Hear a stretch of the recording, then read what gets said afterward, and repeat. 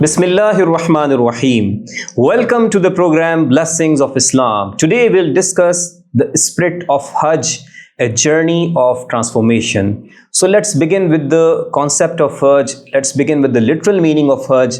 The literal meaning is to intend to visit a place. So this is the intention of visiting a place, to undertake a journey.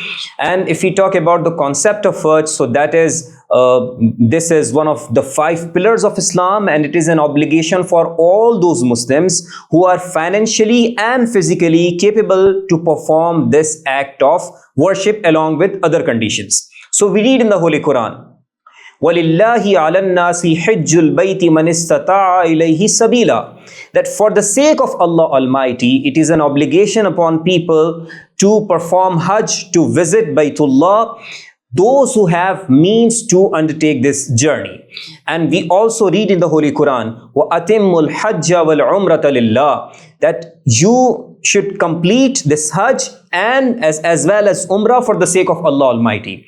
So in this verse of the Holy Quran, one of the aspects of Hajj, one of the spirits of Hajj has been mentioned in this verse of the Holy Quran, that this act of worship has to be done only for the sake of Allah Almighty, as other acts of worship in Islam are there. So, we read in the hadith of the Prophet sallallahu alaihi wasallam that when a believer performs Hajj and he also, protects himself and he avoids all actions of evil, so when he returns, as if he were just like a newly born person. It means that all his sins are forgiven as an outcome of Hajj when once his Hajj is accepted in the sight of Allah Almighty. If we'll just look at this pillar of Islam, it has deep meanings for the whole world. It has certain messages for the Ummah and those who perform and practice Hajj. One of the outcomes of Hajj that is considered the spirit of Hajj is a journey of transformation, a journey of reflection, a journey of spiritual renewal. But how does it happen? And how can we understand these aspects of Hajj as the spirit of Hajj? So let's begin with a journey of transformation. If we have a closer look at this ibadah, at this act of worship, we find that a man who is performing Hajj, he is close to Allah Almighty because he is doing all, those rituals, rites of Hajj, from the first to the last rite of Hajj.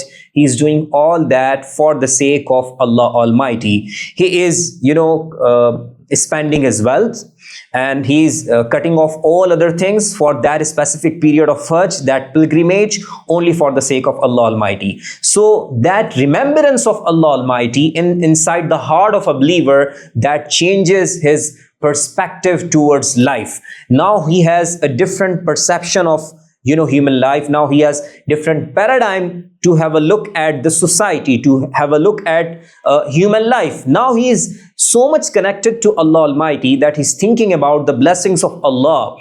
He is doing all that for the sake of Allah Almighty. So as a result of reflecting on different rites and rituals of Hajj, a believer, gets close to Allah Almighty.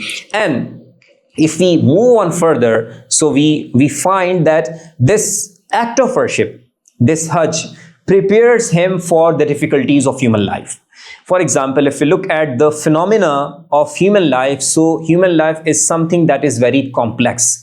It is not something that should be considered a straight element that, has the things that are equal at all the times. No. Human life is very complex. It has so much difficulty, so much challenges. So a believer who is performing Hajj, he is also thinking about the realities of human life, and he is having firm faith in Allah Almighty. He knows very well that this life is temporary. He will have to move on, and the afterlife, that is called Akhirah, will be eternal. So he is preparing for the next life. And when that believer who performs Hajj, when he returns after performing Hajj and after, completing all the rites and rituals of Hajj, he returns with, something different that he has right now, and that is a new vision towards life. Because he has seen, the points during Hajj that are dearer to Allah Almighty. He has seen Baytullah, and he has also visited Masjid Nabawi sallallahu alaihi wasallam. So while performing Hajj, he has experienced different things, different places. So now when he has returned from Hajj, he has performed all those things. So now he remembers those specific points. And this remembrance of those points of Hajj, the places of Hajj, and all the rites and rituals, that have a profound impact on his mentality. Now he's close to Allah Almighty. Now he should be, caring about his actions, behaviors, and attitudes, and the way he deals with the people. For example, if before performing Hajj, he was not good in actions, in his behavior, in his dealings with people were not happy with his attitude. So now he has done from Hajj, he should be a different person now, because he has to think about all those blessings that he has witnessed during Hajj. It means that this act of worship, this Hajj, prepares a man to become a better being, both in terms of this world as well as in terms of the hereafter. So all the rites and rituals have an effect on the memory of that person. Now he remembers how he was performing tawaf. He was, walking in circles around the Holy Kaaba many times. So now he has the image of that Holy Kaaba. He remembers those moments. So this remembrance and this, memory will be having a very positive impact on his personality. He will be coming up in front of the world with all the aspects of a Muslim personality that are the desirable characteristics of a believer.